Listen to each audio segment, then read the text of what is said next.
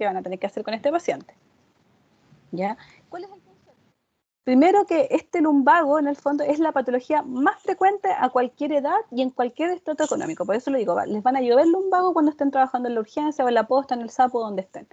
¿Ya? Y se define como un dolor que se localiza entre la 12ª costilla y en el fondo y el pliegue glúteo, con o sin irradiación, y que se puede dividir en agudo, subagudo o crónico, dependiendo del tiempo de evolución que lleve. ¿Ya? La mayoría generalmente no consulta, ¿ya? Porque le echan la culpa a cualquier otra cosa, consideran que es una molestia menor, o lo más habitual que hacen los pacientes es que se automedican y toman lo que les sirvió la vecina, la mamá, y ahí tratan de pasar el dolor. ¿Ya? Ahora, habitualmente estos pacientes se recuperan de forma espontánea, sin ninguna intervención, dentro del 50% en la primera semana de evolución de síntomas y hasta el 90% ya después de las 8 semanas. ¿Ya? Pero hay un 10% de los casos en que este dolor se hace persistente. ¿Ya? Y en un 75% de los casos, o sea, casi la mayoría, este dolor recurre dentro del primer año. O sea, pueden tener un segundo episodio de lumbago, sea inflamatorio o sea mecánico. Los tipos de dolor, ya como yo les estaba comentando, mecánico en la mayoría de las veces, más del 90%, que en el fondo es secundario a una patología articular o de columna, esguinces, lesiones, sobrecarga, etcétera. Las causas de tipo neurogénica, ya que son las famosas hernias que nosotros también conocemos, las causas inflamatorias, que es donde entra el grupo de patologías que es la que vamos a conversar hoy día. Imagínense, es el 1%, lo menos frecuente, pero tienen que tenerlo ahí, tienen que conocerlo, que son las espondiloartropatías, y obviamente ya de causas secundarias a otras enfermedades, a cáncer, etcétera, etcétera, ¿ya? Y también considerar el componente psicógeno, que también llega mucho a la posta para pedir licencia o para tener algo ganancial asociado. ¿Cuáles son los factores de riesgo que van a gatillar los lumbagos? Los pacientes de edad avanzada. ¿Por qué? Porque los pacientes generalmente tienen disminuida su capacidad muscular, ya tienen atrofia muscular o son más sedentarios. Personas que hagan trabajos físicos pesados, ¿ya? Estrés laboral, factores psicosociales asociados a depresión, la obesidad, al tabaquismo, alteraciones a nivel estructural de la columna, como por ejemplo la escoliosis. Y si uno quisiera empezar a buscar las causas, tenemos todas estas 800 cosas que podemos ver en la tabla, ¿ya? De causas de dolor de espalda, ¿ya? Entonces ahora la idea es que aprendan ustedes a poder diferenciar qué causas pueden ser neurológicas, qué causas pueden ser mecánicas o de tipo inflamatoria. Para eso, obviamente, la mejor herramienta que tienen ustedes es la anamnesis. Entonces, con su paciente sentado en el box con dolor de espalda, ustedes le van a empezar a preguntar las siguientes cosas. Primero, ¿cómo fue el inicio del dolor? Si el dolor se produjo agudo, así como fuerte en intensidad de un rato para otro, o es un dolor que empezó suavecito y que después empezó larvadamente a aumentar en intensidad. O sea, es de instalación rápida o más larvada. Obviamente la localización, si es en los dos lados, si es en un lado, ¿ya? La irradiación o la duración, ¿ya? Si, por ejemplo, si es un dolor que aparece cuando están haciendo cosas y después se sienta y pasa, o es un dolor que está permanente las 24 horas del día, o un dolor que los despierta en la noche, ¿ya? Si es muy intenso, hay uno generalmente utiliza esta escala de dolor que le diga la nota del 0 al 10, cuánto es el grado de dolor que tienen los pacientes. Obviamente es algo subjetivo, pero uno ahí después lo correlaciona con lo que uno ve en la clínica, el examen físico.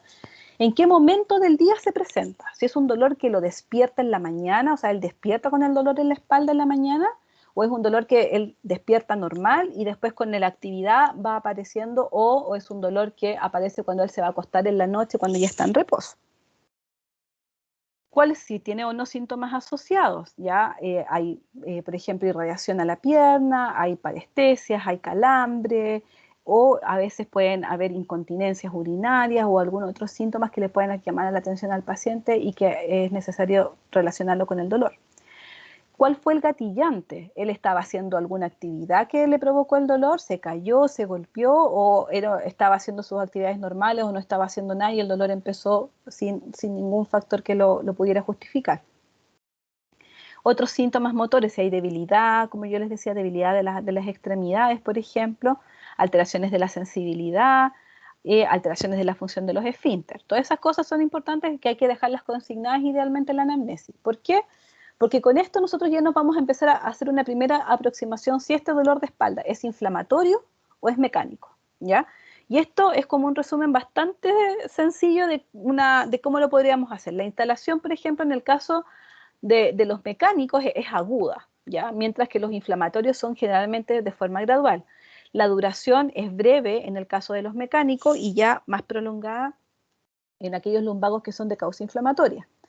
Se puede acompañar de rigidez matinal, que es otra cosa que ustedes tienen que preguntarle. ¿Cómo se le pregunta al paciente? Usted cuando se levanta, ¿le cuesta incorporarse en la cama? ¿Le cuesta sentarse? Te pueden decir que sí o te pueden decir que no. Si te dicen que sí, hay que tratar de establecer cuánto tiempo dura esa rigidez. ¿Dura 15 minutos? ¿Dura una hora? ¿Dura toda la mañana? ¿Ya? Y ahí, de esa forma, uno puede diferenciar si es mecánico o no.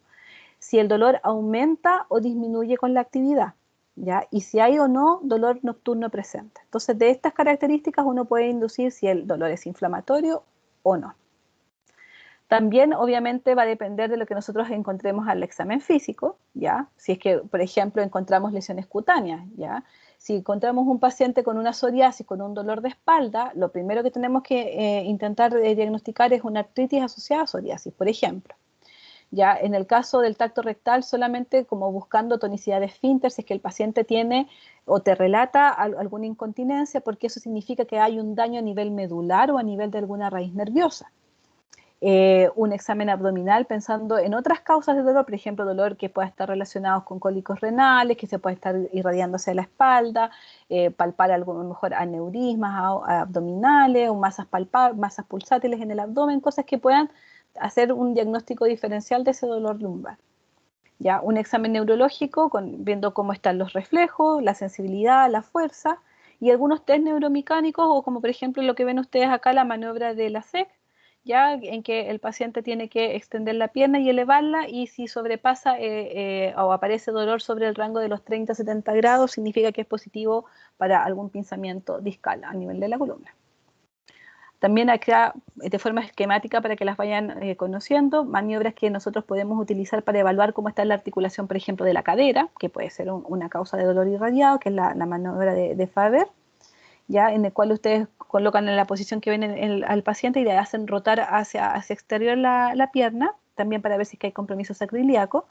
¿Ya? La de Ganslen también para ver la sacroiliaca, que el paciente lleva una pierna hacia el pecho y la otra cae por la camilla y si eso gatilla dolor a nivel de espalda es altamente sugerente de compromiso a nivel de sacroiliaca. ¿Ya? Y también estar atento a la presencia de estas red flags, que en el fondo son antecedentes que tienen que hacer sospechar que este dolor no es un dolor lumbago común y corriente, sino que puede estar asociado a una cosa más compleja, como por ejemplo antecedentes de trauma, la presencia de osteoporosis, porque en el fondo eso lo que te lleva a pensar es que tienes que inmediatamente ir a descartar fracturas a nivel de columna, ¿ya? Pacientes de mayores de 70 años o pacientes que son los que vemos nosotros con uso prolongado de corticoides, porque los corticoides dentro de toda la lista de efectos secundarios que producen producen osteoporosis, ¿ya?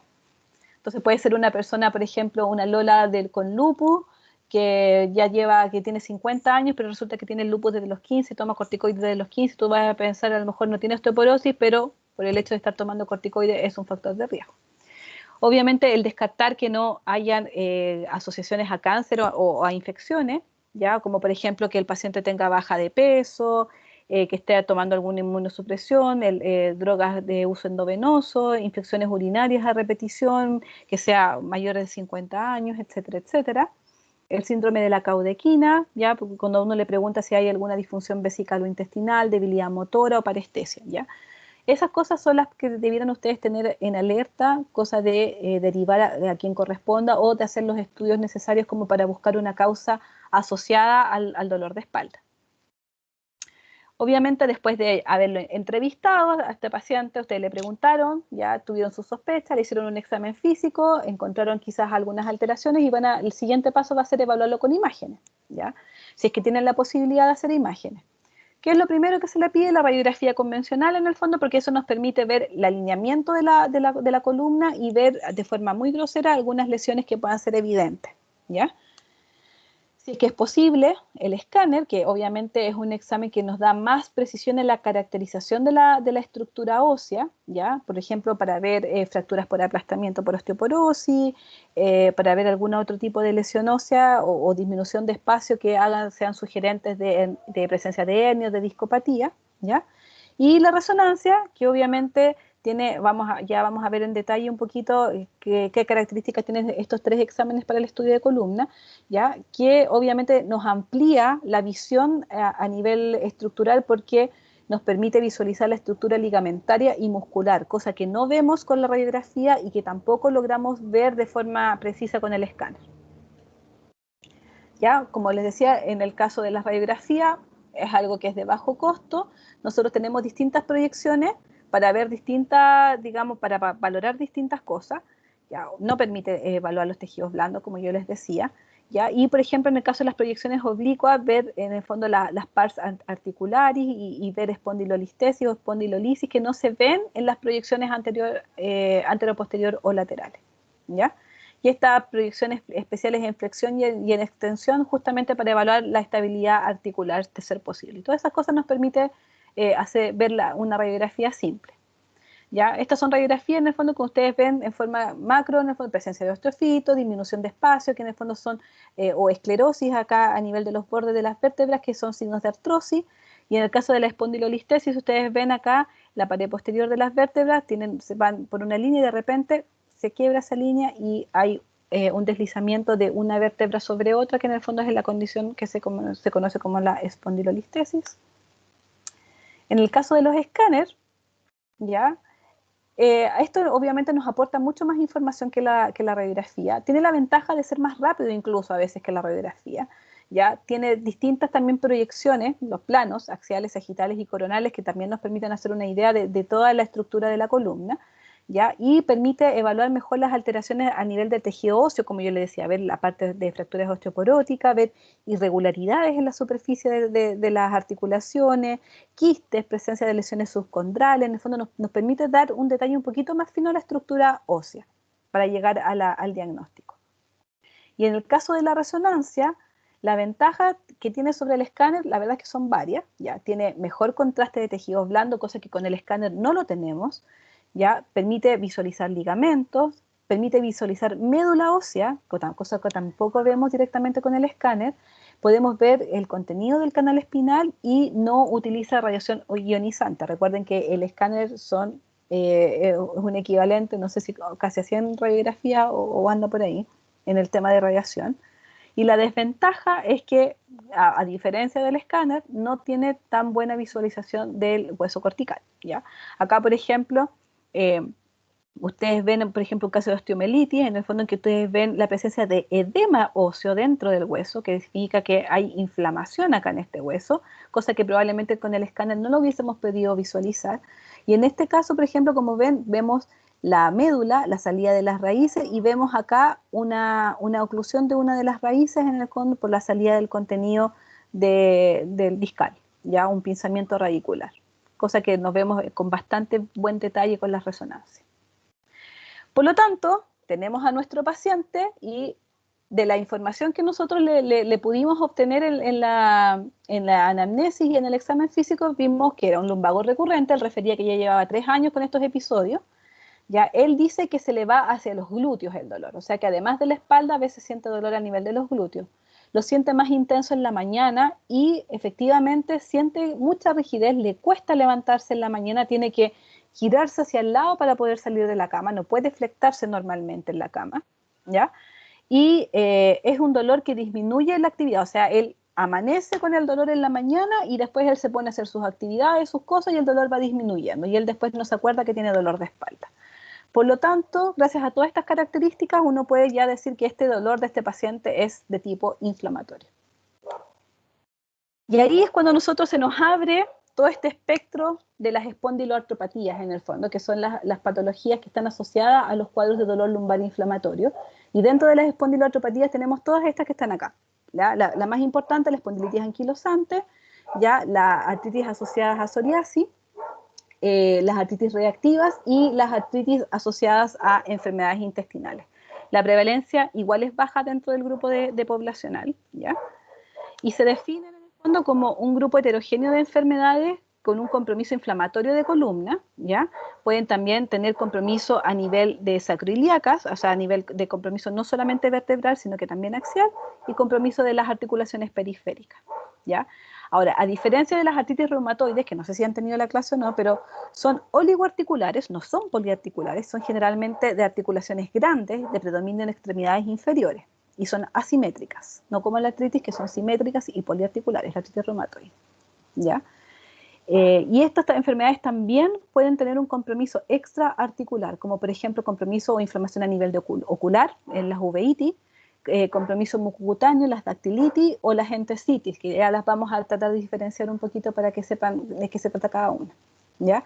Y otra cosa importante es que también casi en un 90% de estos pacientes tienen el factor reumatoide negativo. O sea, ustedes ven un paciente quizás también con dolores articulares periféricos, no necesariamente lumbago, y ustedes le piden un estudio de artritis y resulta que le salió el anticuerpo anti-CCP negativo y el factor reumatoide negativo. Por lo tanto, eso hace altamente probable que quizás pueda ser una espondiloartropatía o estar dentro de esta esfera de patología.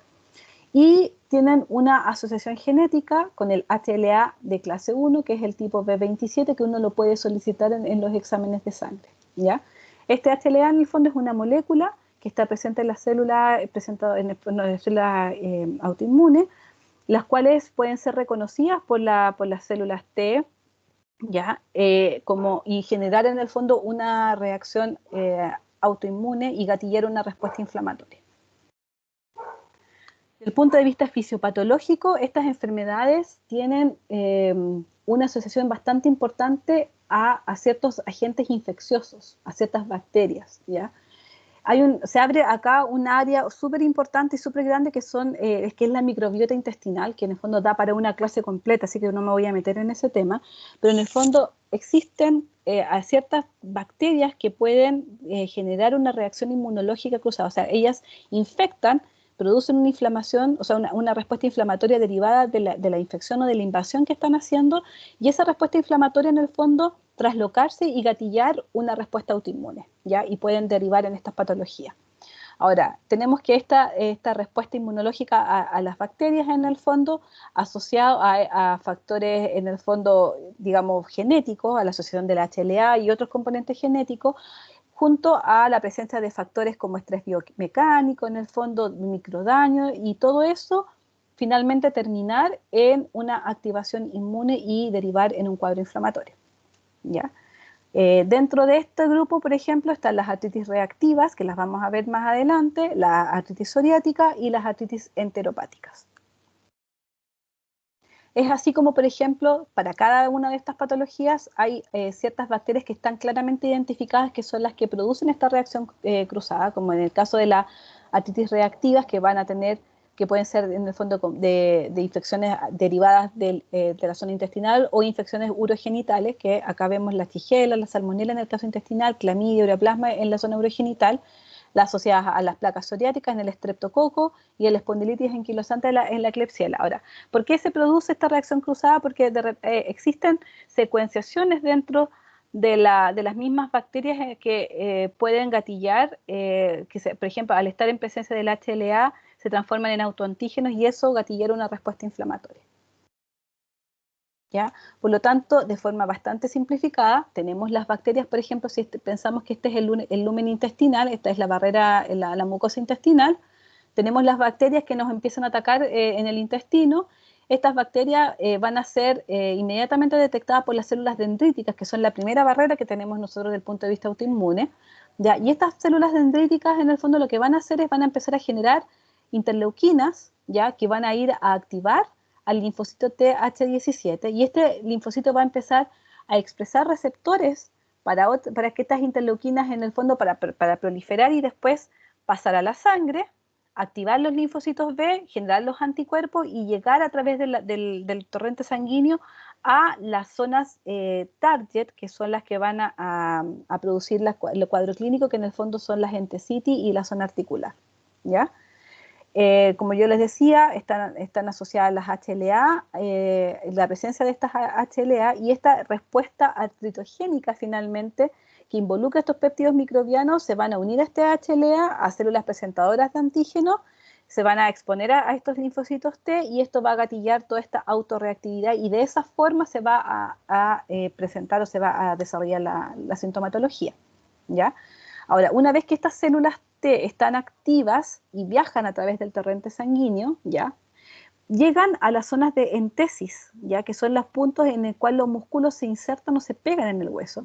Y ahí es donde van a empezar a producir la inflamación y van a empezar a producir el daño, ¿ya? Se van a generar otras interleuquinas que finalmente van a derivar en la producción de osteoproliferación, por eso se van a producir estos sindesmocitos en la espondilitis o estas proliferaciones óseas a nivel de la columna. Van a gatillar una respuesta inflamatoria y va a haber pérdida de huesos, se pueden producir erosiones, se puede producir daño articular finalmente. ¿Cuáles son las características clínicas que son comunes casi a todo este grupo? Ya, la presencia de dolor lumbar inflamatorio, la presencia de sacroileitis, que puede ser bilateral o puede ser unilateral. Bilateral es más frecuente en la espondilitis anquilosante, unilateral más en la artritis psoriática. La presencia de artritis periférica, que como yo les decía, es de predominio de extremidades inferiores, de grandes articulaciones, como por ejemplo rodillas, tobillos, de característica oligoarticular, generalmente son 1, 2 o 3 articulaciones comprometidas, no más que eso, y son asimétricas. Y la presencia de entesitis o inflamación de las entesis o estas zonas de inserciones en el fondo, que son mucho más específicas de espondiloartropatía. Por ejemplo, acá tenemos la inflamación del tendón aquiliano en uno de los talones, ¿ya? Zonas que son frecuentes de compromiso entesopático, junto con los codos y otras zonas. Además, podemos ver cosas ya mucho más específicas, como por ejemplo la presencia de dactilitis, ya que es una inflamación de una entesis de los tendones que, en la mano, que dan un aspecto de dedo en salchicha, ya como por ustedes ven acá.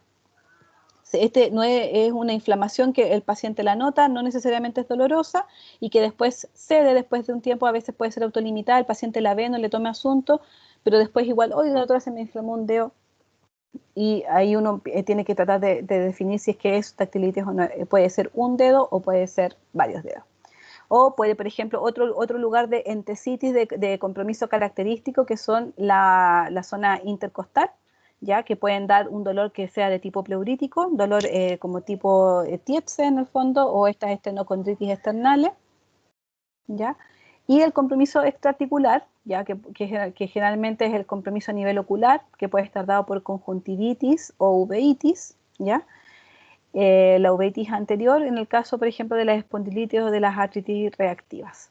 También puede haber compromiso a nivel genital, ¿ya? Las balanitis circinadas, en el fondo, que son úlceras que se aparecen a nivel del glande, que son indoloras, pero son lesiones bastante bien definidas. La presencia del queratoderma blenorrágico, que es una lesión cutánea palmoplantar que se parece mucho a la psoriasis pustular en el fondo, ¿ya? Que puede ser de aspecto hiperqueratótico. Todas estas cosas pueden estar apareciendo en el contexto de un paciente con un dolor lumbar inflamatorio o con un compromiso articular, y si uno va sumando la presencia de todos estos síntomas, uno puede inmediatamente llevar el diagnóstico hacia la esfera de las espondiloartropatías.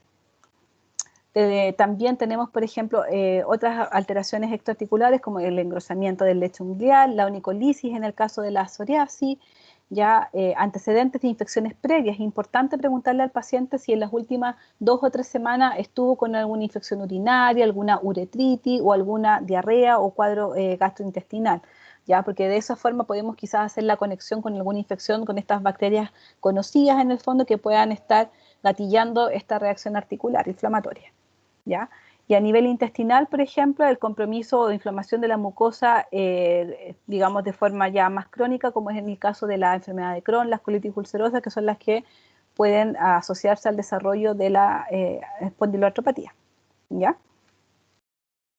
Es así como llegamos a, ya teniendo toda la lista de síntomas que pudiese estar en el contexto de esta espondiloartropatía, cómo hacemos el diagnóstico, ¿ya? Y para eso, en el fondo, existen también criterios de clasificación, ¿ya? Que son los ASAS, en lo cual, digamos, el síntoma más importante es la presencia de dolor lumbar mayor de 3 meses en pacientes menores de 45 años, ¿ya? Que puede evaluarse con imágenes, en el fondo, con la presencia de sacroileitis o con la presencia del HLA más 2 o más características del punto de vista clínicas, que son las que están enlistadas acá, ¿ya? El dolor lumbar inflamatorio, la artritis, las entesitis, uveitis, etcétera, etcétera, ¿ya? Entonces tenemos que tener el dolor lumbar más una de estas alteraciones y la presencia de sacroileitis en imágenes, o el dolor lumbar asociado a la HLA y dos o más de estas características, porque pueden ser extraarticulares, y de esta forma llegar al diagnóstico. ¿Qué es la espondilitis anquilosante? Ya, para ir conociéndolas a cada una de ellas, que es una enfermedad inflamatoria crónica que va a comprometer principalmente la columna y el nivel de sacroiliaco, ya, asociado también a un compromiso extraarticular. Esta es una enfermedad que es progresiva, que va produciendo una rigidez a nivel de la columna porque se empiezan a producir estas proliferaciones óseas que van a disminuir la movilidad de la columna. La persona, con el pasar de los años, empieza primero a bajar en altura, empieza a encorvarse y empieza a asumir una posición rígida en la cual no puede rotar ni flectar ni la cabeza ni la cintura, ¿ya? O sea, queda en una posición fija.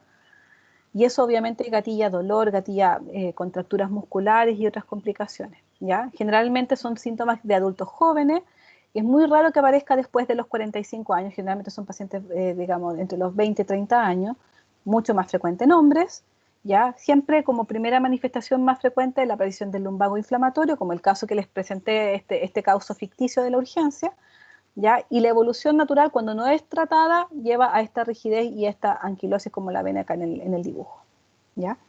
Pueden haber otros síntomas constitucionales, fiebre, baja de peso, compromiso del estado general, no siempre están presentes, ¿ya? Puede haber compromiso articular periférico, ya la gentesitis, artritis a nivel de cadera, de hombros, tobillos, etcétera, etcétera, y la presencia de sacroileitis. Y el compromiso extraarticular, en el caso de la espondilitis, puede haber uveitis en el 25% de los casos, compromiso cardiovascular, presencia de aortitis, por ejemplo, fibrosis pulmonar apical, ya es una fibrosis bastante, no tan extensa como las que vimos en las otras patologías, ya puede haber compromiso renal, neurológico y gastrointestinal, que en el caso de esto son las enfermedades inflamatorias intestinales, ya. O sea, toda esta gama de cosas pueden estar acompañándose a un cuadro de dolor lumbar o de artritis. ¿Qué es lo que vamos a buscar en el examen físico? Primero tenemos que evaluar la movilidad de la columna, o sea, tenemos que hacer que el paciente rote y flecte la cabeza, por ejemplo, y la cintura y la espalda, ¿ya? Para ver si es que hay alguna limitante o dolor en alguno de los movimientos. Existen algunos test que nosotros podemos utilizar en el examen físico y uno de ellos es el test de Chauvet, que ya se los voy a mostrar, en el cual nosotros podemos evaluar qué grado de flexión tiene la columna lumbar, ¿ya? Hacemos una medición y si esta medición normalmente debiera ser mayor a 5 centímetros, ¿ya? Y si es menor, en el fondo estamos ante la presencia probablemente de algún grado de anquilosis, ¿ya? También está la prueba de la expansión torácica, que también tiene un punto de corte de 2,5 centímetros, ¿ya? Y ahí les voy a mostrar para que sepan de qué me refiero con estos test. Ya puede haber dolor a la palpación de las articulaciones, a nivel de las zonas de entesis, también al examen físico y obviamente al estudio radiológico, la presencia de sacroileitis, ya, o esta presencia de las vértebras cuadradas a nivel lumbar, en el fondo, que son características de esta enfermedad. Fusión también de cuerpos vertebrales, la presencia de sintesmofito y finalmente la formación de la caña de bambú, característica que ya cada vez la vemos menos, ya que con los tratamientos biológicos que tenemos actualmente nosotros logramos detener la progresión de la enfermedad para que no llegue a esos extremos, ¿ya? Estas son las pruebas que yo les decía. El test de Chauvet, en el fondo, nosotros colocamos al paciente de pie, ya con una wincha, buscamos la cresta ilíaca, le hacemos una marca y de ahí hacia arriba medimos 10 centímetros. Hacemos que el paciente trate de tocarse la punta de los pies con los manos sin flectar las rodillas y hacemos una medición. Si esa medición entre el basal y la flexión es mayor de 5, está normal. Si es menor, es porque puede haber algún grado de rigidez o de estenosis. También, por ejemplo, podemos medir la rotación cervical. Ya está la medición de la apertura de caderas, porque también se puede limitar eso por el compromiso a nivel de sacroiliaco. Ya la lateralización, en el fondo, la medición en el fondo hasta dónde llega la mano, tratando de tocarse el pie por la cara lateral de la pierna para ver cómo está la lateralización de la columna. La distancia trago-pared, si ustedes se fijan, esta paciente apoya la espalda y no es capaz de apoyar la cabeza por la rigidez que tiene en la columna, ¿ya? Y eso también uno lo puede evidenciar de forma objetiva midiéndolo, ¿ya? Y el test de la expansión torácica, que uno le pide al paciente que suba los brazos, coloca la wincha alrededor del tórax y le pide que inspire y expire, y ahí uno va midiendo cuánto es el rango de centímetros en el cual se expande, lo cual debiera ser mayor a 2,5. Del punto de vista radiológico, en el fondo, acá, por ejemplo, bueno, tendría que haberle mostrado una articulación de sacroiliacas normales, pero en el fondo acá nosotros debiéramos ver una línea que separara el hueso sacro del hueso ilíaco, y acá está totalmente anquilosado, o sea, está todo pegado, como dicen. Acá, por ejemplo, a nivel de la columna cervical, en el fondo, la formación de estos sintesmofitos o estos puentes de unión entre unas vértebras, y la presencia de las vértebras cuadradas. ¿Ya? Las vértebras tienden a ser rectangulares. Cuando hay en fondo encuadramiento de las vértebras, eso es por presencia de espondilitis. El tratamiento, siempre educación, ejercicio, primera línea, los antiinflamatorios, ¿ya? Y después, en caso, dependiendo si hay compromiso axial o periférico, el uso de los inmunosupresores corticoides o de terapias biológicas. Ya acá también no es para que se lo aprendan de memoria, sino que para que sepan que en el fondo tenemos distintos niveles de tratamiento, ya primera línea, segunda línea y tercera línea. Generalmente siempre se parte con antiinflamatorio, segunda línea ya después los inmunosupresores, y si eso no funciona, el uso de las terapias biológicas. Por otro lado, las artritis psoriáticas en el fondo son artritis que están asociadas a la presencia de psoriasis. Ahora, ojo, que la artritis psoriática afecta a 1/3 de los pacientes con psoriasis. Eso significa que no todos los pacientes con psoriasis cutánea van a hacer artritis, ¿ya? Y en relación a la artritis y la psoriasis, generalmente el 70% primero debuta la psoriasis en la piel y después aparece la artritis, pero existe un 15% que pueden hacer las dos cosas al mismo tiempo, y otro 15% en cual primero aparece la artritis y después aparece el compromiso cutáneo. Así que hay que tener ojo ahí. Ya existen criterios también de clasificación, ya que son los criterios de Caspar, que son los que están acá, que ustedes en el fondo ven si hay, digamos, onicodistrofia, presencia de psoriasis, el factor reumatoide negativo, la presencia de dactilitis, etcétera, etcétera. Uno va sumando los puntos y con más de 3 en el fondo uno ya puede llegar al diagnóstico de artritis psoriática. Existen 4 formas clínicas dentro de la artritis, que está la oligoarticular, la poliarticular, la axial, en el fondo el compromiso solamente de columna, o la mutilante, ¿ya? Ahora, estos son detalles que en el fondo son más de especialidad, pero en el fondo para que ustedes sepan que no es una única forma de presentación de la artritis, sino que pueden ser distintas, pueden ser variadas. Ya, por ejemplo, a nivel radiológico, ¿qué es lo que nosotros buscamos? Presencia de erosiones, proliferaciones óseas marginales, aumento obviamente de las partes blandas, ya que se pueden de repente ver, por ejemplo, este dedo puede estar asociado con dactilitis, la presencia de periostitis, que en el fondo es como buscar como que la cortical está un poquito chascona en el fondo, está comprometida. Y ya en las formas más severas, la presencia de lo que se llama la artritis mutilante, o una lesión característica que se llama el pencil cap. Como ustedes ven acá, como se pueden apreciar, generalmente el compromiso siempre es de las interfalángicas distales de predominio, y puede haber un grado de destrucción articular bastante importante que va a terminar en la subluxación generalmente de la articulación. Y eso se puede ver con una simple radiografía. Ya estos son casos más avanzados, como ustedes se fijan acá, casi reabsorbida la falange. Ya acá también las erosiones, si se fijan la irregularidad en la superficie articular, acá desapareció la cabeza de la falange. Y esta es la famosa pencil cap, que si ustedes se fijan es como el lápiz en el vaso en el fondo, ya en que se hace esta como cobertura de la articulación superior contra la inferior, que está más abusada, ¿ya? Es raro de verla también porque son generalmente cuadros que no han sido tratados y que han progresado casi al natural sin ninguna intervención, y eso ya prácticamente no lo estamos viendo ahora. Pero igual es bueno que lo tengan ahí en mente. Dentro del compromiso extraarticular, lo que sabemos nosotros, la presencia de estas lesiones cutáneas, que son estas placas hiperqueratóticas, como ustedes ven acá en el esquema, principalmente se presenta en el cuero cabelludo, en la zona periumbilical, en las rodillas, en la zona sacra, codos y a veces manos y planta de los pies, ¿ya?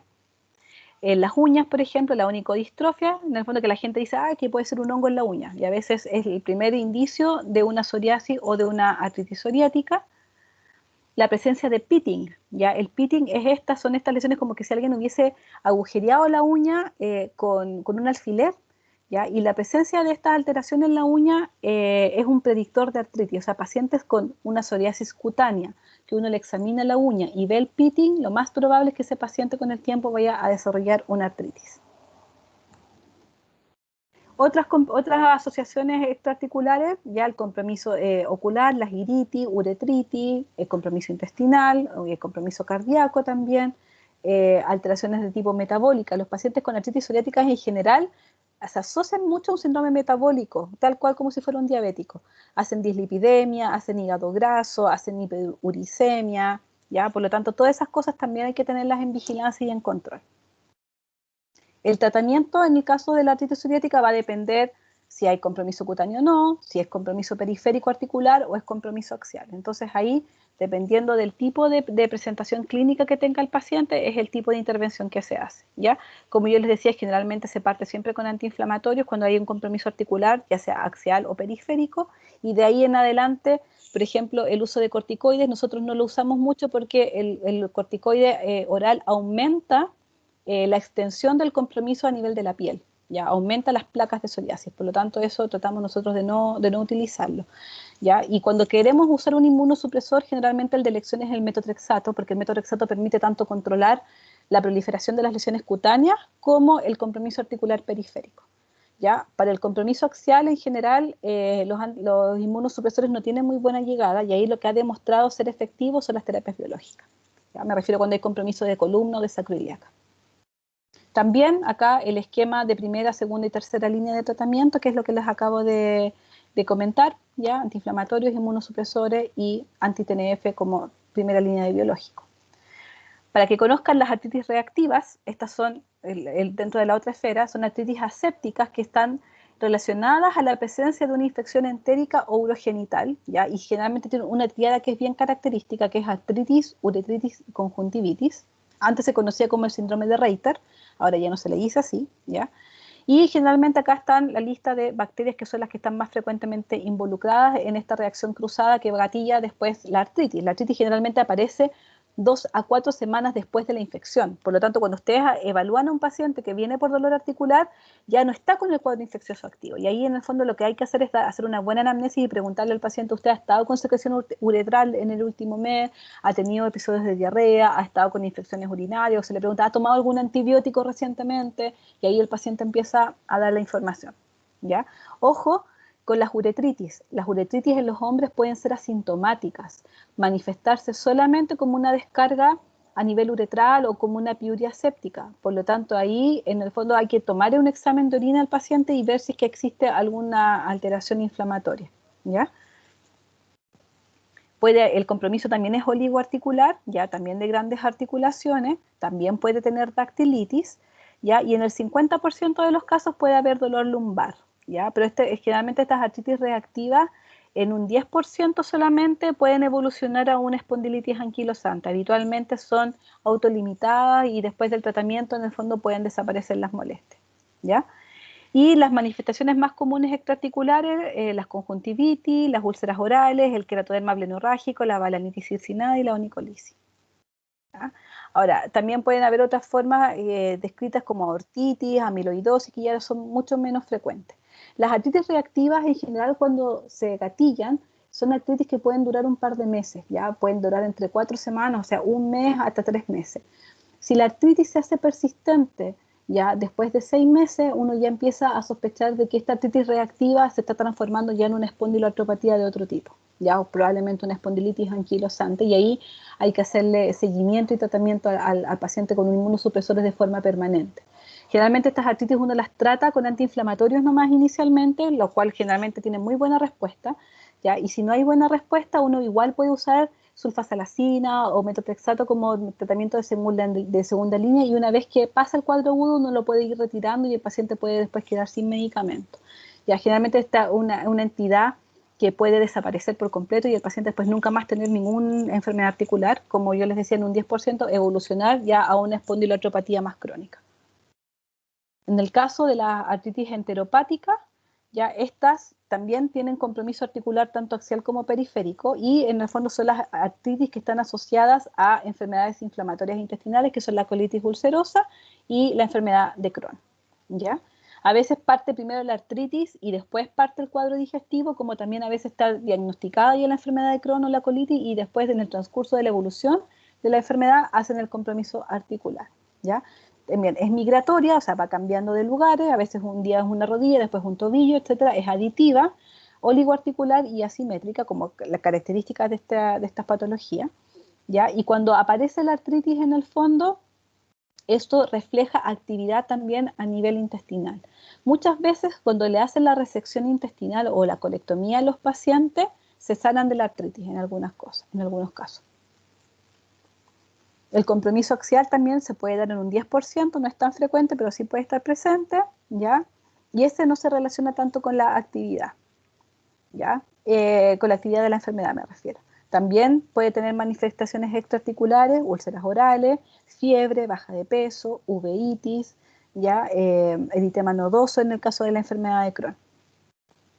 Y acá en esta tabla, en el fondo, es para resumirles todo lo que hemos conversado con respecto a las características más básicas, en el fondo, de la espondilitis anquilosante, las artritis reactivas, las artritis psoriáticas y las artritis enteropáticas, ¿ya?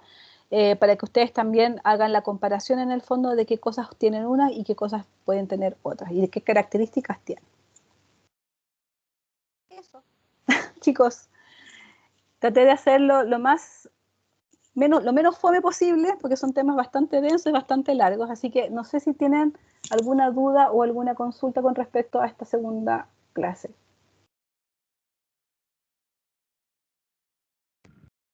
Yo tengo una consulta, doctora. En la artritis reactiva, por ejemplo, si un paciente lo tuvo una vez por la salmonela, después le da de nuevo salmonela, ¿también le va a dar una artritis reactiva nuevamente? No necesariamente. No necesariamente, como son fenómenos en el fondo de reacciones cruzadas, a veces no necesariamente se gatillan estas alteraciones autoinmunes.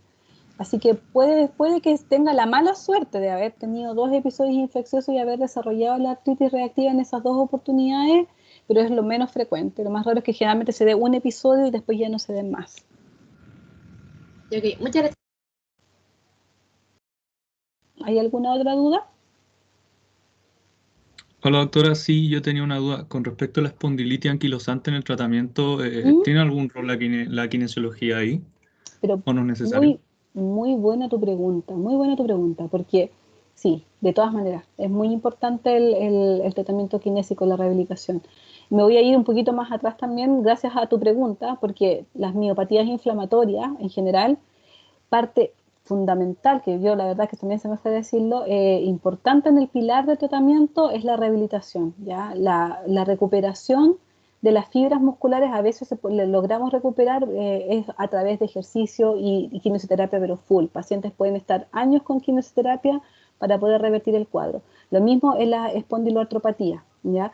Generalmente nosotros siempre buscamos que el paciente mantenga la mayor actividad articular posible. O sea, para nosotros es fatal que el paciente se quede quieto porque así se va atrofiando la musculatura y de esa forma también se va limitando la movilidad articular. Por lo tanto, sí, de todas maneras, la quimioterapia es fundamental en todas las patologías que les hablé hoy día. Ya, doctora, muchas gracias.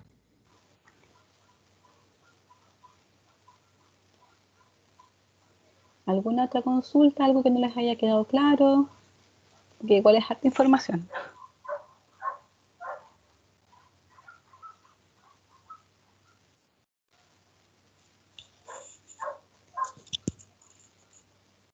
Parece que no hay más consultas, dudas, ¿no? Me parece no, Paula. Ya, bueno, parece que les dejé todo súper claro. Ya, entonces, un gusto, chicos.